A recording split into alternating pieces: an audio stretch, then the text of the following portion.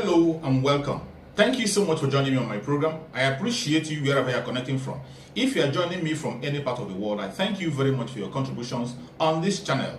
Please kindly subscribe if you have not subscribed, and also click the notification bell so that you'll be notified each time I upload a video. You will be among the first to receive it. In this channel, I bring information to your doorstep. I bring news from all channels, from every angle. Things that have to do about the world, things that have to do about Africa, more especially Nigeria. I bring it to your doorstep, some information that you ignore, some information that you cannot be able to come across. I look for them, I bring it to your doorstep for you to see. Every video you see on this channel is for educational purpose. And he told Dr. Hakim Baba Ahmed his own mission that they want to form what is called Nigerian Project, which is going to be commissioned and brought to the public in the next 7 days. They are going to bring out and establish and commission what is called the Nigerian Project, the third force. That he told Dr. Hakim that he's asking for that special favor for him, for Dr. Hakim to be part and parcel of this third force project, Nigerian Project, Obi project. All right, Madishehu there, and I would like to welcome you to the show. You must have listened to yourself there, being optimistic about the issues you raised. Let's start with this, the Nigerian Project. Why do you think that former President Olusegun Obasanjo is keen on supporting Peter Obi and is wooing top northerners like the convener of the Northern Elders Forum, Ango Abdullahi, and Dr. Hakim Baba Ahmed to join that project? Okay, thank you. Good evening, Nigeria. Good evening, Africa. Good evening, the whole world. I think that question should have been passed to Olusegun Obasanjo. Ask him, why has he suddenly woken up from a sleep or a slumber and aspiring to promote an Obi?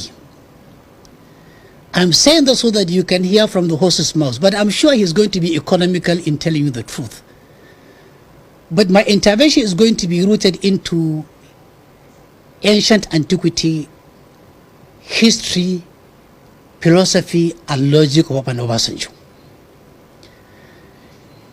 In 1979, precisely look at Punch, 19th of September 1979. The headline was front cover story, 2.8 billion naira oil money missing. Obasanjo left office in 1980, precisely on 26 June 1980. A crude oil tribunal of inquiry was put in place to investigate that alleged 2.8 billion naira NNPC money missing. And to chair that tribunal was Justice Ayo Irekefe, Langiwa, Sula Kurfi, Arthur Mbanifo, and Mr. Vag as a secretary to go and establish the truth or otherwise of that 2.8 billion naira missing money. The tribunal started sitting in Lagos. Part of the people invited to testify before the tribunal on account of the document they had before them was the former president, then Olusegun Obasanjo. He completely ignored all the 7 invitations by the tribunal to appear before it. When he was pressed further, he detailed Chief Rotimi Williams of blessed memory to go and represent him with just one simple submission. The submission was that the evidence being sought from Obasanjo by the tribunal, being a public knowledge and a public document, could as well be given by any civil servant. But the reason why they were asking for Obasanjo to come physically is that documents available to the tribunal have clearly established that when General Muhammadu Buhari, then the oil minister for petroleum resources, went for course, Obasanjo took over the portfolio of the president, commander-in-chief, and petroleum resources minister. And in the span of 6 months, he gave heavy discounts that cannot be explained by the act establishing NNPC, beyond his power as a minister, even beyond his power as the president. He kept on giving out discounts and premiums at will, and it led to a heavy loss on the part of NNPC. They wanted him to shed light on that. He vehemently refused. That is to tell you the disdain he has for constitutionality and accountability. So he has this old history. If I may come in here. He had this history. Excuse me. If I may come in here, this same Obasanjo you're talking about appeared before the Oputa panel, which was set up to look at issues that happened in the country. So if he didn't appear before that panel, at least we have record that he appeared before another panel. The circumstances are different. In that particular issue of crude oil sale tribunal, he was an accused, or so to speak, by the documents. In Oputa panel, he was an injured lion. He was there to continue licking his wound and make the wound look fresh on account of Abacha's stewardship and his relationship. So treated very differently. Now I'm going straight to the question. Why do I think an Obasanjo is selling at Peter Obi, quote and unquote? The reason as follows. I'm even surprised that Obasanjo is doing this. I think he is trying to pull a wool on the face of all Igbos. Because just read his book, My Command. Read it cover to cover. Inside the book, he was so proud to own up to the entire role he played in decimating the military of Biafra, in cowing them into submission, in annihilating them, in defeating them. He took over the entire credit of the fail of Biafra agitation that led to the civil war. Not only that, after the war, it was unilaterally agreed, internationally and locally, that there should be reconstruction, reconciliation, rehabilitation. Nobody was reconciled. Igbos were not reconciled. They are still agitating. Nothing was reconstructed. They are still facing dirge of infrastructure. Nobody was reconciled. And Obasanjo was there. He had an opportunity to reconstruct, rehabilitate, to reconcile. Rather than doing that, he left them in full of their blood. I'm therefore shocked that Igbos are now swallowing Obasanjo's trading, hook, line, and sinker, when documented history is there, gazetted, the role he played in leading Igbos to what they were then, 20, 30, 40 years back. Okay. Luckily for them, they are beginning to recover. Therefore, it's surprising that he's selling Obi, and Obi is believing him in spite of documented history of the crime he committed against the entire Igbo nation. Maybe he has meditated, maybe he has prayed over, maybe he is lamenting, and he wants to correct the wrongs. The answer is better left to Obasanjo. Okay, a very interesting perspective you've got there, and there's always room for repentance, I must say. And who wouldn't even want the former president's support? Because we've seen that almost every person who wants to be president since 2007 has always sought for the support of former President Olusegun Obasanjo. But I want to ask you now, Not anymore. What exactly is wrong with Obasanjo seeking the support of the North for Peter Obi? Isn't Peter Obi Nigerian enough to deserve such a support? Let me say for the upteenth time that under the Nigerian Constitution and all operational laws, there is nothing wrong when an Obasanjo canvassing support for any candidate of his choice. There is nothing wrong with an Obi aspiring to become the president of Nigeria. But then there should be a parameter, a yardstick, and a measurement of assessing whether these people are what they said they are, and they are competent enough, and they have the good conscience to sell and to promote. Let us go to Obasanjo. If Obasanjo is coming to the north to seek for a partnership, to sell a candidate, to aspire to promote, protect, and project an Obi, there are relevant questions that we need to ask him. Under Obasanjo, he destroyed the entire economy of the north. Today, nobody can convince any northerner. The consolidation of the banks, which saw the total extinction of all commercial banks of northern origin, because we could not raise the money, because we don't have those type of money to sustain a bank of 25 billion naira then, was done deliberately by Obasanjo to bring the north to its own knees. Is it the same note? Military officers. Is it the same note?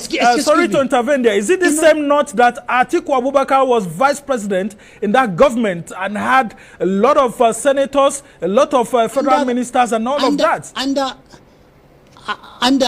the Nigerian constitution, a vice president is just an appendix. He lives and survives at the mercy of the president. Till today, until that section of the constitution is reviewed, is amended, is varied, I don't envy anybody becoming a vice president. So stop talking about an Atiku. At that material time, there was nothing he could do. In any event, let me continue. Documented history has shown that after destroying the life wire of the Bank of the North, he went ahead to retire promising young officers of northern origin, Muslims and Christians, simply because we were paying for Abacha's crime against an Obasanjo. Not only that, even in the civil service, people of northern origin were being exited, again sharing Abacha's crime. The only crime of the north is that an Abacha has given a devastating blow to an Obasanjo over a true or a phantom or alleged coup. Obasanjo is fully aware that under the military dispensation, under the military rules, if you are suspected to partake or participate or finance or support or even become aware of an existing coup, you remain guilty. That is the rule of the military. It's not the northerners' rule. It is the military rule. And therefore, he should go and settle his case with Abacha on Judgment Day. But visiting the sin of the father over the child and that of the child over the son, it is not biblical, it is not statesmanly, it is a crime against common sense, it is a crime against humanity. The father shall not bear the iniquity of the son, neither shall the son bear the iniquity of the father. The wickedness of the wicked shall be upon it, and the righteousness of the righteous shall be upon it. And this same Obasanjo that you are accusing is not on record publicly to have actually asked Nigerians to vote for Peter Obi and all of that. How would you convince Nigerians that what you are saying is actually what happened during the private visit of Ango Abdullahi to Obasanjo and then Obasanjo to Ango Abdullahi?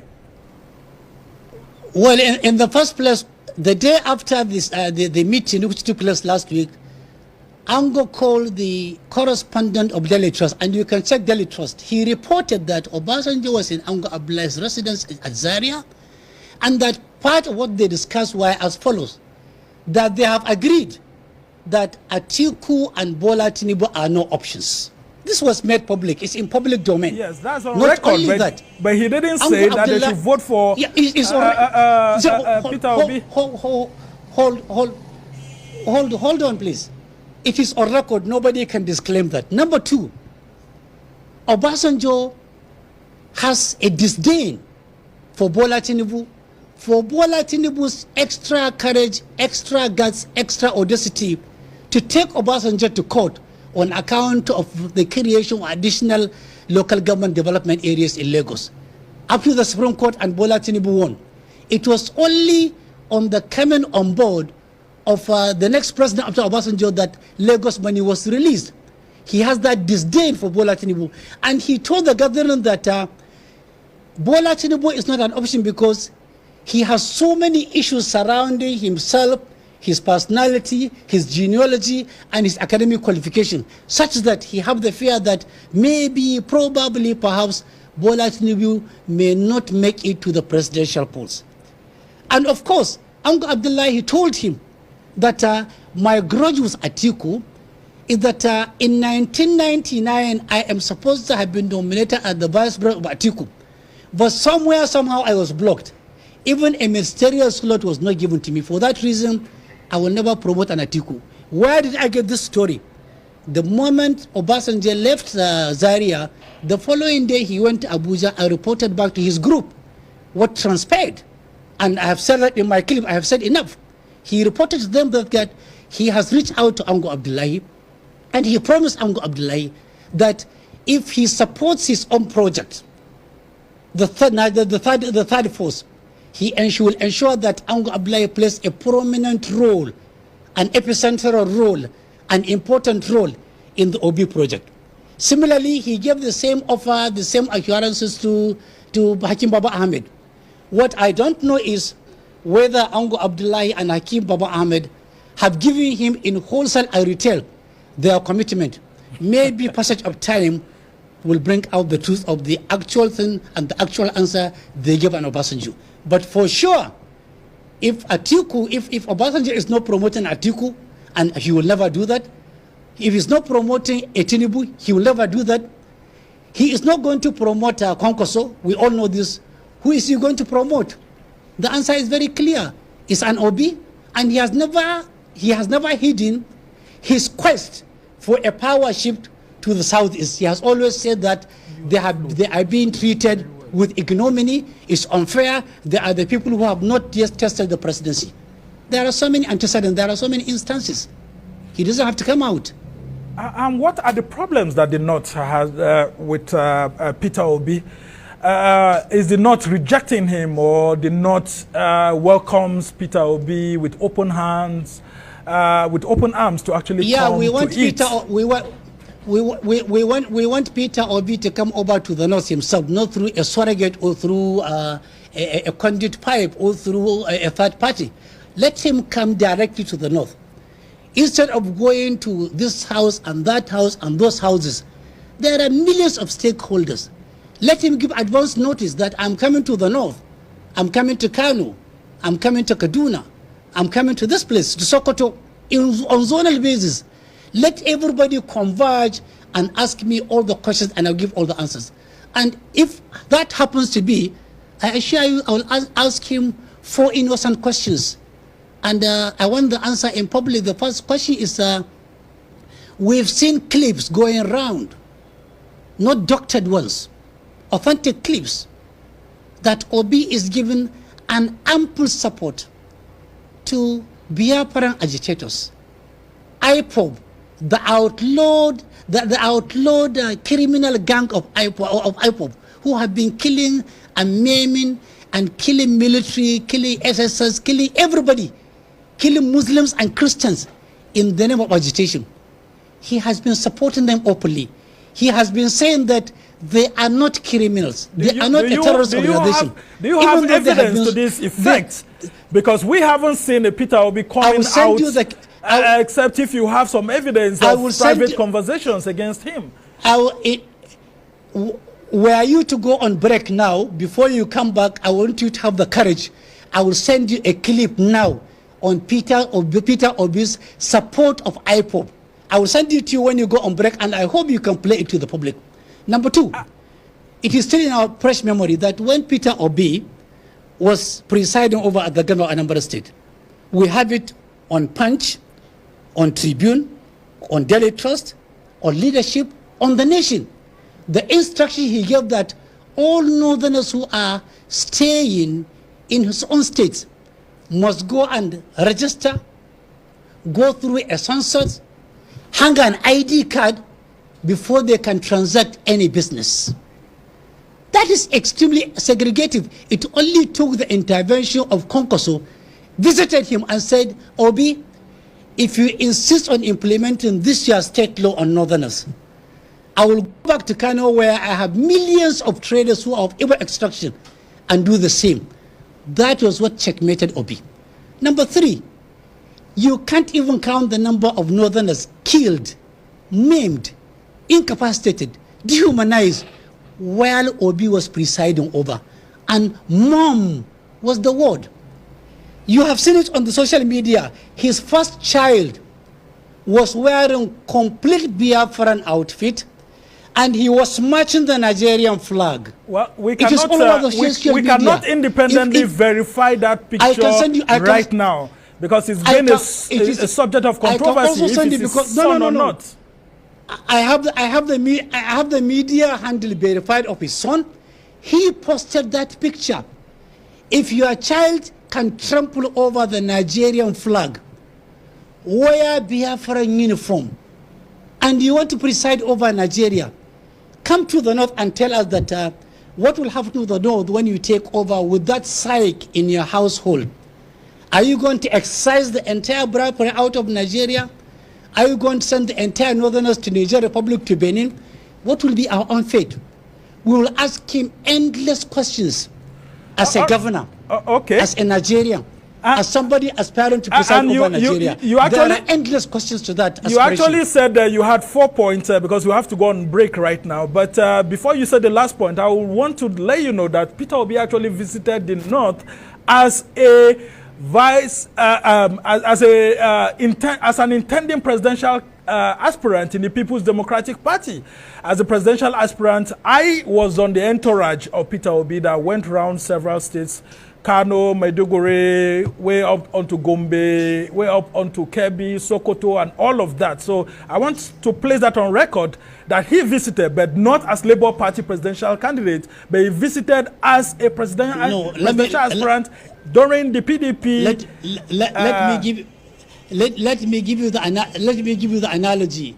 If you go to a beer parlor and you want to be drunk, the first bottle will give you some level of utility.